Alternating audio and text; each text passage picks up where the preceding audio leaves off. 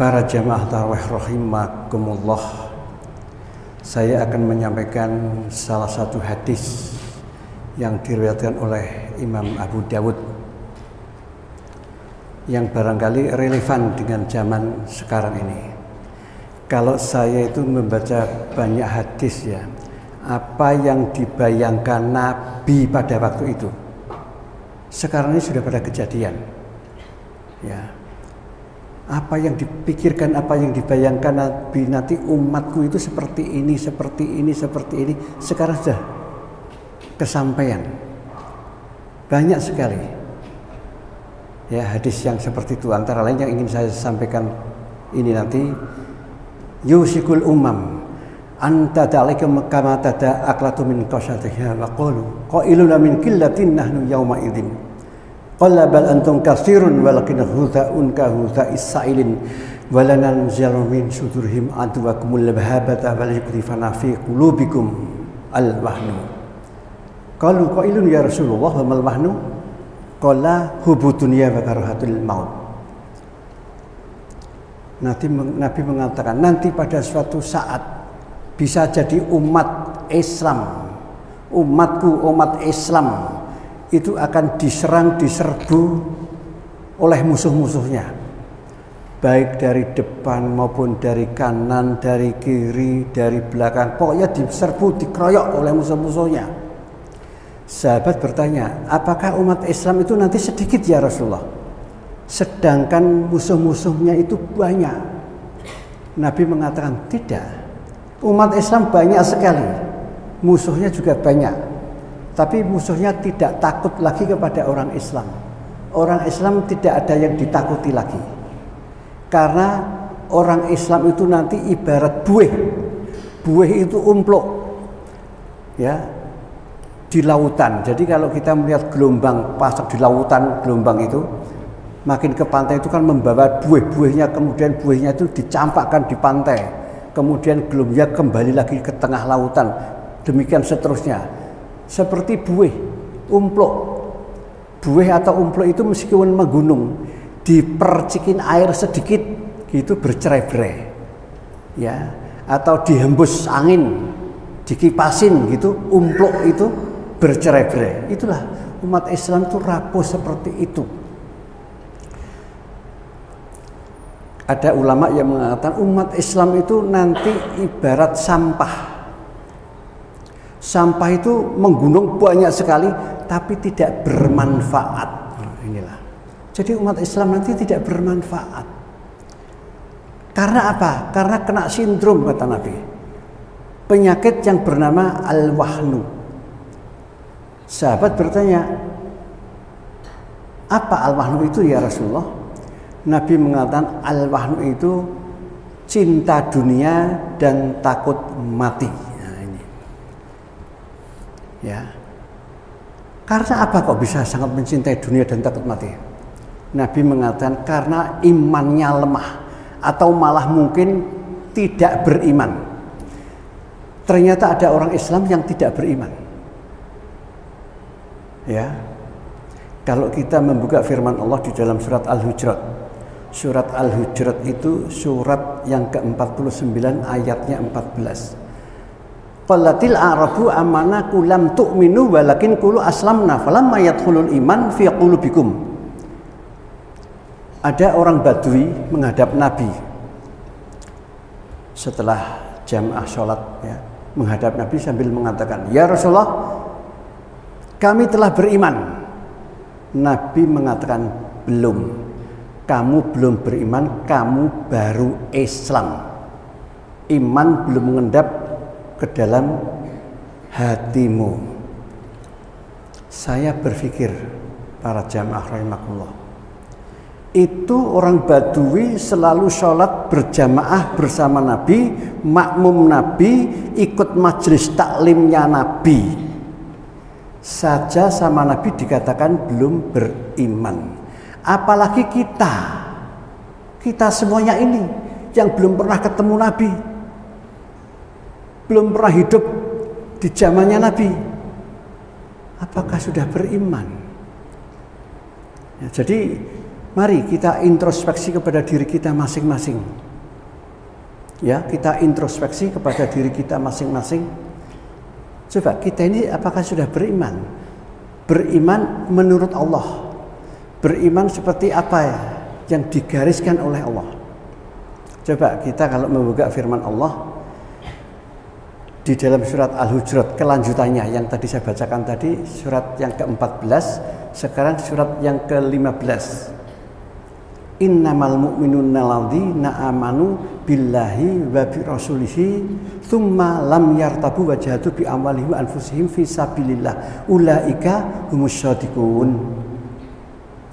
Jadi orang yang beriman itu pertama kali iman kepada Allah dan Rasulnya. Saya hakul yakin yang hadir di sini sudah mengimani Allah dan Rasulnya. Tapi yang kedua, summa lam yartabu. Kemudian tidak bimbang dan tidak ragu-ragu lagi. Apa itu? Mengorbankan harta bendanya. Yang kedua, mengorbankan jiwa atau nyawanya fisabilillah di jalan Allah.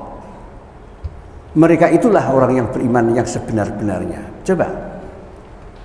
Kalau yang kedua kita masih takut, bisa dimaklumi takut perang karena zaman Nabi ada beberapa sahabat Nabi yang juga takut diajak jihad fisabilillah, diajak perang sama Nabi takut. Ada beberapa yang tidak mau perang. Itu bisa dimaklumi. Tapi kalau yang nomor satu, ya mengorbankan bukan mengorbankan nyawa loh, mengorbankan harta bendanya. Kok masih takut? Apa yang ditakuti? Coba kita takut nggak mengorbankan harta benda kita? Kalau ada kotak infak berjalan, kelutuk di masjid, tadi juga ada di majelis taklim di mana-mana, grek berhenti di depan kita. Kita membuka dompet, yang dicari apa? Uang yang kecil, bukan yang terbesar, yang relatif ya besar atau relatif kecil, yang kecil. Dimasuk dalam kotak infak. Yang menjadi pertanyaan, apakah dengan uang yang kecil itu bisa dikatakan berkorban? Tidak. Berkorban itu pasti dengan harta yang kita cintai. Kita lebih mencintai uang yang besar daripada uang yang kecil. Ya. Jadi berkorban. Karena sebagian orang buka dompet yang dilihat kebetulan yang dibawa itu uang yang warnanya merah semuanya, ya 100 ribuan semuanya. Dibuka, waduh, kotak infak itu dikasihkan tetangganya, digeser sambil bergumam, aku lupa membawa uang kecil sih, gitu. Itulah apa dengan uang kecil bisa dikategorikan dengan berkorban? Tidak. Berkorban itu pasti dengan uang yang besar, yang paling besar yang kita bawa di dompet itu. Apalagi yang memprihatinkan, ya kotak infak hanya dimasuki koin. Makanya sekarang banyak masjid-masjid Pak, ya itu kotak infaknya itu transparan, banyak sekali pakai kaca transparan agar kelihatan. Karena banyak orang itu, ya orang yang jamaah itu pura-pura saja memasukkan ke dalam kotak infak, ditutup-tutupi, janjinya tidak ada apa-apanya ini, biar sama tetangganya dikira ya memasukkan uang di dalam kotak infak, janjinya nggak ada apa-apanya. Ada yang beralasan kalau transparan nanti kita riya, ujub, kita sombong. Tidak. Fastabiqul khairah, berlomba-lombalah dalam kebajikan. Itu berlomba-lomba. Kita berlomba-lomba sedekah, banyak-banyakan sedekah, banyak-banyakan infak. Itu tidak riya, tergantung hatinya kok itu. Riya apa itu kan tergantung hatinya. Banyak sekali yang pakai kotak transparan kaca biar kelihatan. Itu upaya takmir yang luar biasa itu. Ya, jadi biar sesama jamaah itu fastabiqul khairah. Itulah. Kemudian ada lagi ya parameter atau indikator kita ini sudah beriman yang sebenarnya apa belum. Kalau kita ini membuka firman Allah di dalam surat Al-Anfal. Al-Anfal itu surat yang ke-8 ayatnya 2. Innamal mu'minuna alladzina idza dzukira wajilat qulubuhum wa idza tuliyat 'alaihim ayatu zaddatum imanan wa 'ala rabbihim yatawakkalun. Sesungguhnya orang-orang yang beriman itu, atau orang-orang yang beriman yang sesungguhnya, apabila disebut nama Allah, ada orang yang menyebut nama Allah, bergetarlah hatinya, ya, bergetar, gemuruh hatinya. Dan apabila dibacakan ayat-ayatnya, ayat-ayat Allah, bertambah besar imannya dan berserah diri, bertawakal kepada Allah. Kita sudah seperti itu kah? Lawang kita mendengar azan saja, jujur, mendengar azan saja sering kita itu abai, cuek, ya, malah tidak mendengar, padahal pakai loudspeaker azannya itu, karena kita sedang asik, sedang concern, sedang fokus dengan apa yang sedang kita kerjakan, itu nggak dengar. Makanya banyak orang itu yang Masya Allah sudah kisah ini, saya belum sempat sholat maghrib, Masya Allah sudah asar, saya belum sempat sholat duhur, karena terlalu asik. Makanya disunahkan kita itu kalau mendengar azan itu menjawab. Karena apa? Nah, banyak orang mengatakan, sebagian orang mengatakan yang namanya azan itu ajakan sholat. Tidak. Ya, lagi banyak orang mengatakan azan itu tanda waktu sholat, juga tidak. Kalau ajakan sholat, mari kita sholat, cukup hayya ala sholah, nggak usah Allahu Akbar segala. Hayya ala sholah, hayya ala sholah, ayo kita sholat. Kalau tanda waktu masuk ya sholat, nggak usah pakai hayya ala sholah, nggak usah pakai adzan, pakai beduk saja sudah cukup. Duk duk duk itu zuhur, duk duk duk itu asar, duk duk duk itu maghrib, nggak perlu pakai adzan. Adzan itu nasihat, Pak. Kita dinasihati agar mindset kita itu yang maha besar itu adalah Allah.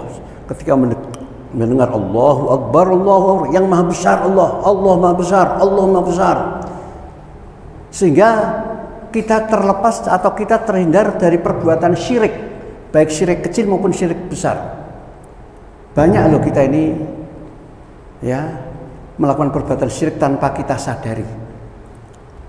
Kemudian setelah Allahu Akbar apa? Syahadat, asyhadu alla ilaha illallah dibaca 2 kali, asyhadu anna muhammadar rasulullah juga dibaca 2 kali. Artinya